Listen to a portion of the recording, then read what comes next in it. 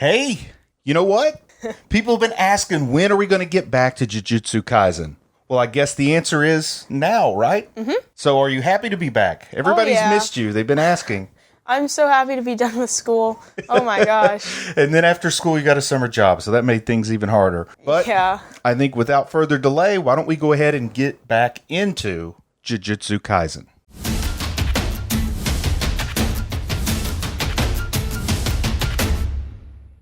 So I guess right off the bat, how much do you remember after taking like a 2-week break? I mean, I remember pretty much everything that I need to know.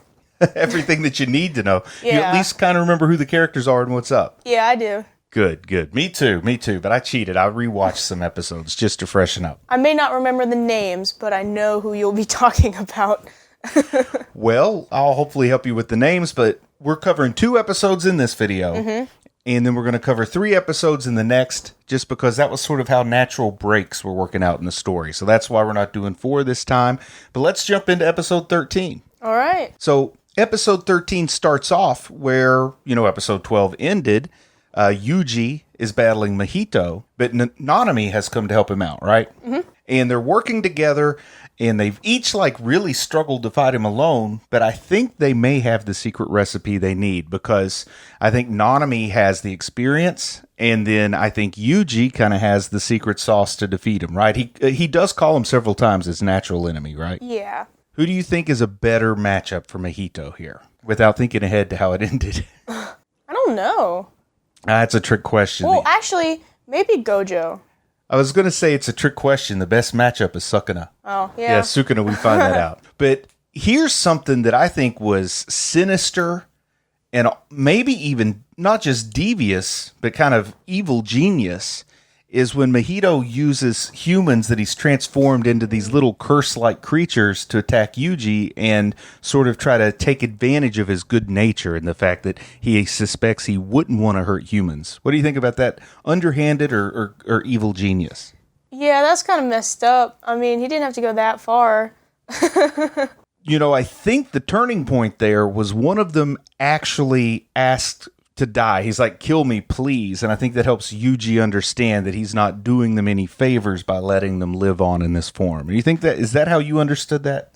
Yeah, I think after he saw how much they were suffering, he was like, all right, I just got to suck it up and put them out of their misery. Yeah, so he did that. Here's what I want to ask. Do you remember at the end of episode 12?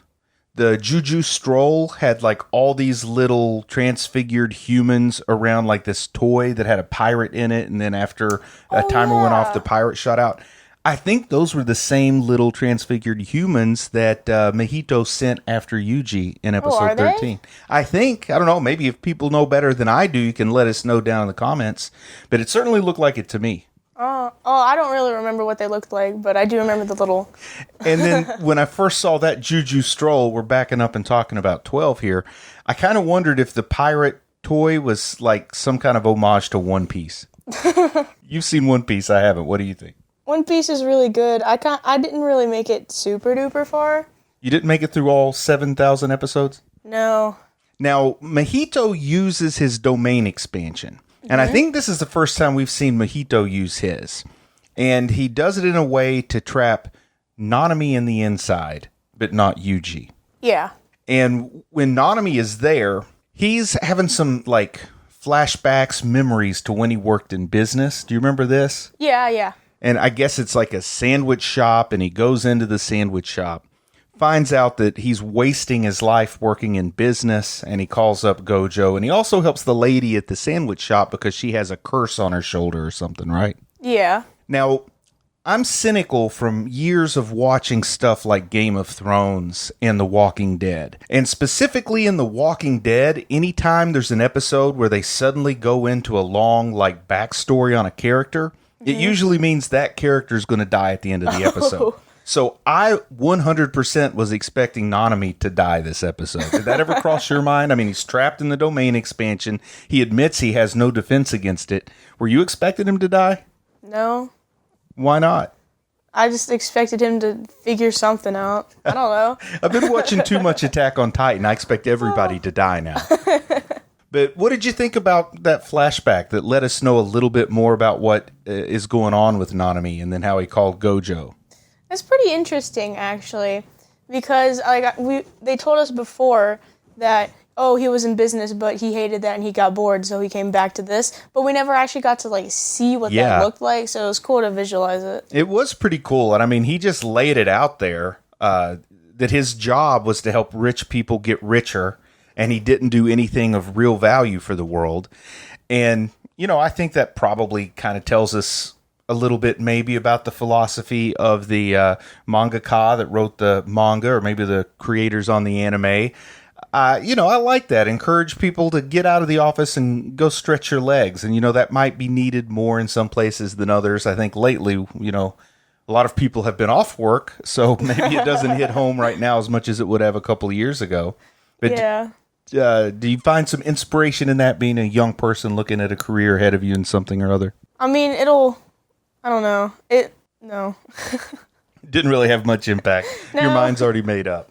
Now, something that's cool that I didn't think about is that the domain expansion is meant to trap somebody on the inside, but it really doesn't work very well to keep somebody on the outside from breaking in, because what kind of nincompoop would ever want to get inside of a domain expansion?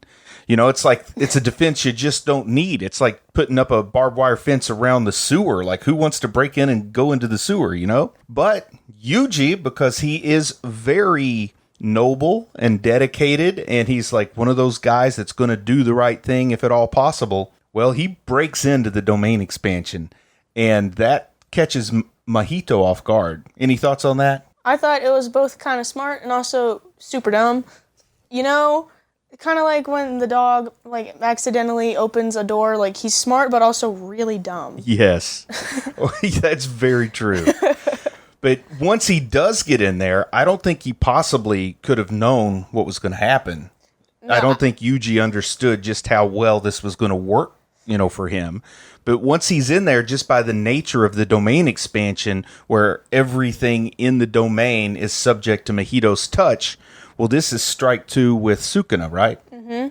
So he automatically touches Sukuna. And what do you think about Sukuna just flexing on Mahito like he does here? I think it fits his character very well, and it's kind of funny. I liked it. I think it's awesome. I like an awesome villain. I like a character that just stands head and shoulders above the rest and can kind of, with a flick of their finger, smash somebody down. So I love stuff like that. I'm glad it's here. I also like it that they continue to make Sukuna look like Yuji, since they're bonded together like this. And also to remind us, this is only 2 or 3 fingers out of 20. So this is just a fraction of Sukuna, and he's that much more powerful than Mahito. Now, something that Sukuna says in this moment, he says he doesn't really care if Mahito lives or dies. He doesn't care if Nanami lives or dies. In fact, he couldn't care less about anyone living or dying except for Fushiguro Megumi. So what do you think is going on with Fushiguro? We saw in some of the earlier episodes that there was some kind of backstory involving his sister that we haven't really been open to. And then I think a little bit later on, we will hear he's like the head of the Zenny bloodline. I might have made that Zenny part up. But I'm starting to wonder if there's something really important about the family that Fushiguro comes from. Well, I do remember that back during when they were at the juvenile detention center, yes. Sukuna and Fushiguro fought, and he was like, ooh, I want to see what you can do. Yes. So I think that's why he cares, because he wants to see what Fushiguro can actually do. So do you think deep down inside, Fushiguro's got some untapped potential, like he can do more than what we've seen so far, and that maybe he's going to be right there on par with Gojo and Yuji? Yeah, during their fight, he was preparing to do something, something big, and we didn't get to see that. So that'll probably be what happens, that encounter. And, this display of force from Sukuna to Mahito really opens Mahito's eyes up to what the the full power of Sukuna is. And he has this understanding that he always thought Sukuna, and I think they call him the king of the curses, he always understood he was powerful. But he didn't know just how powerful he is. So now Mahito realizes that the curses can't possibly lose if Sukuna is resurrected. So they should be willing to sacrifice whatever it takes just to get all of Sukuna's fingers down Yuji's throat. Ugh. Just be glad there's no toes, right? Yeah. Oh my gosh. So are you impressed by this? Like, I think I didn't have a good grasp on the full length of Sukuna's powers. I thought he was going to be like, with a lot of TV shows and a lot of movies and stuff, you have like your season 1 bad guy or your movie 1 bad guy, and you think, oh my goodness, he's super powerful. But then you meet an even more powerful in movie 2, and then a more powerful one in movie 3 or season 3. Yeah. So I thought he was just going to be like a step 1 villain or curse or whatever you want to call it. But now I think they're making it clear he really does look like the king of the curses. Yeah, he's like the big macho guy. And then we go back to the high school where Junpei went, because Junpei died in episode 12. Sad. Very sad. Like the whole Junpei thing was the most heartbreaking thing ever. But we do get to see a little bit of a positive legacy from Junpei. Because we see like the chubby teacher talking to the bully, and the teacher himself says, I'm going to have to pay for my crimes too, but right now we're here to talk about your crimes to the bully. And it shows that maybe the school is making some positive changes to decrease bullying. You're still in school. Do you have any like deconstruction, debriefing, any interpretation of that scene there? Well, I mean, a lot of schools, they don't actually do anything to help with bullying. And in this series, it literally took a student dying from the bullying for them to actually do something. But the fact that it got to that point at all is just ludicrous. So, I mean, it seems honestly pretty accurate to what schools are like. Oh, geez, Louise. Well, let's get into episode 14, because episode 14 is really setting up what's going to come in the next 3 episodes, because this is the setup to the intramurals, the Kyoto sister school competition. And a lot of fun stuff happens here. Episode 13 kind of wrapped up what I'll call the Junpei arc. This is moving us into the next one. And we see, as the episode's starting, like the curses that we've seen, like Jogo, the one that had the volcano head, and then the one that was like a vegetable curse, and then, of course, Mahito's there, and they're all kind of recuperating from their battles with the Juju sorcerers. And we also see that Gato is there, and they're kind of talking about how important it is, even if they all get destroyed, to help Sukuna come back. Seems like that's all that they talk about. I wonder if they have any hobbies. And I kind of wonder what their plan is going to be. Like, I'm really curious how they're going to step it up a notch. And I don't trust Gato to not double-cross the curses. Like, if they want him to do a suicide mission, I think I'm just getting the idea that he's a little too self-motivated, so that he might let them think he's going to go along with their doomed plan for the glory of Sukuna, but he might double-cross them all if he has something to gain out of it. Yeah. Now, this is maybe the most fun part, this next little section, but they've decided that it is time to let Yuji's classmates know that Yuji Itadori is not, in fact, dead, that he's actually alive. And Gojo decides the best way to do that is to just like surprise him with no warning. And he's like, we got to do this right because you only get one chance to come back from the dead.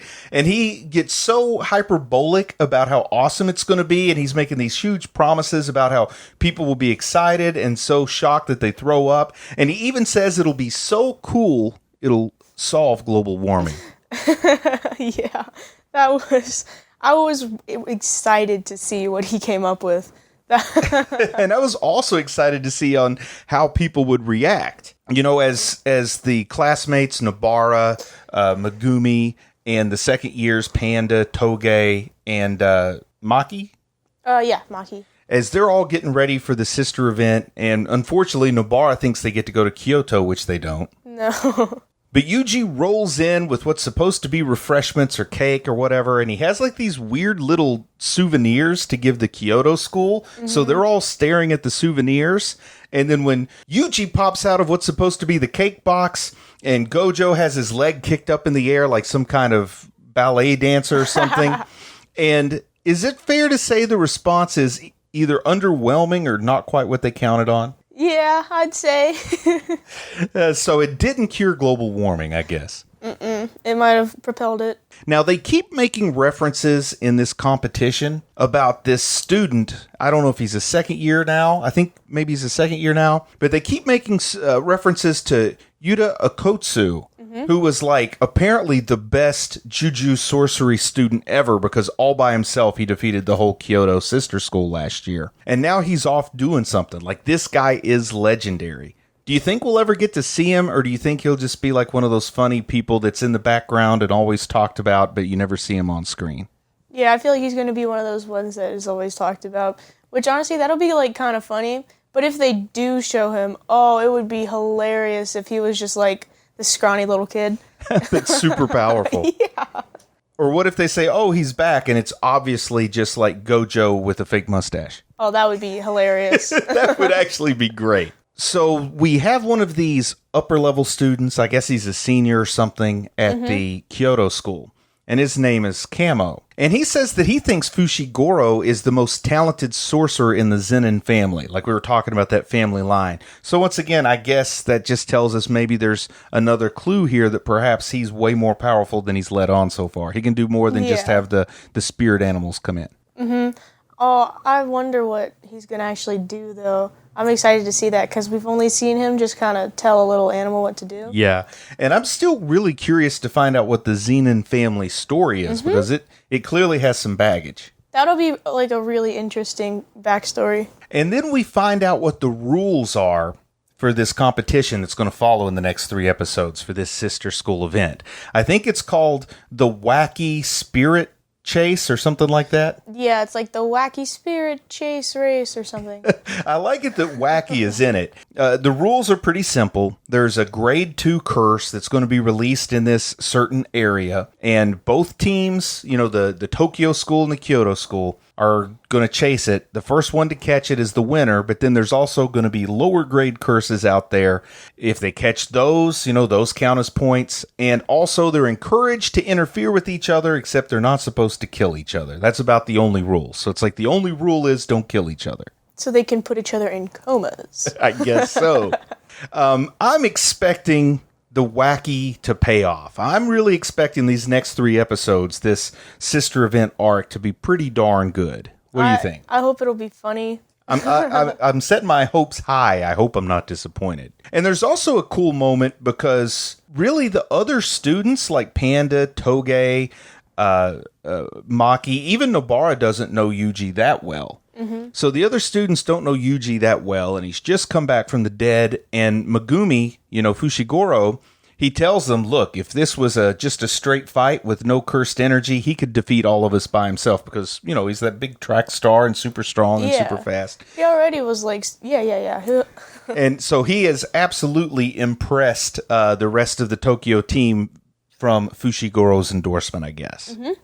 And then we find out that the principal, I guess it is, of the Kyoto school, there's like this real crank, this cranky guy that basically says, forget the rules, forget winning, forget playing the game the way it's supposed to be played. All of you from Kyoto have one job, kill Yuji.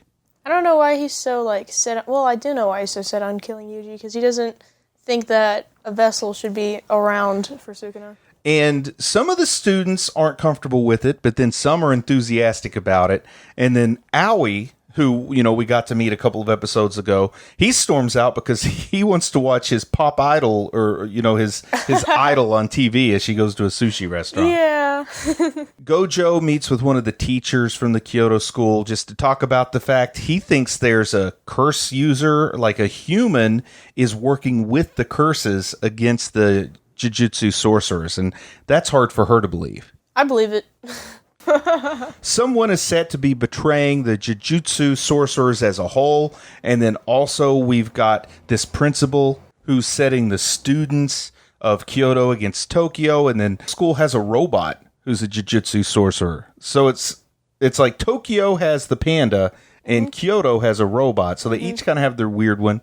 They've got one that looks kind of like a witch. Oh, yeah. So it's kind of cool to get to meet all those, but that's what it boils down to. So the next 3 episodes are going to actually be the big event. What do you think? Any predictions? I don't know. I think it's going to be something where we find that we can actually like some of the Kyoto students. I think we're going to find like allies or people to root for. They're not all going to be bad on Kyoto students, but we're also probably going to find some that we genuinely will hate after this. Alrighty, the girl with the blue hair, I like her. Yes. And, I hope it doesn't result in a sort of a civil war in the Jujutsu sorcery community, but I guess we just have to wait and see. Yeah, I will be pleasantly surprised whatever happens. So you'll be ready to talk about the next 3 episodes so we can cover this whole event in one video? Yep. All right. Well, we'll talk to you soon. We're glad we made it back. Sorry for the wait. Thanks for your patience. We'll be back sooner this time. Bye-bye. Bye.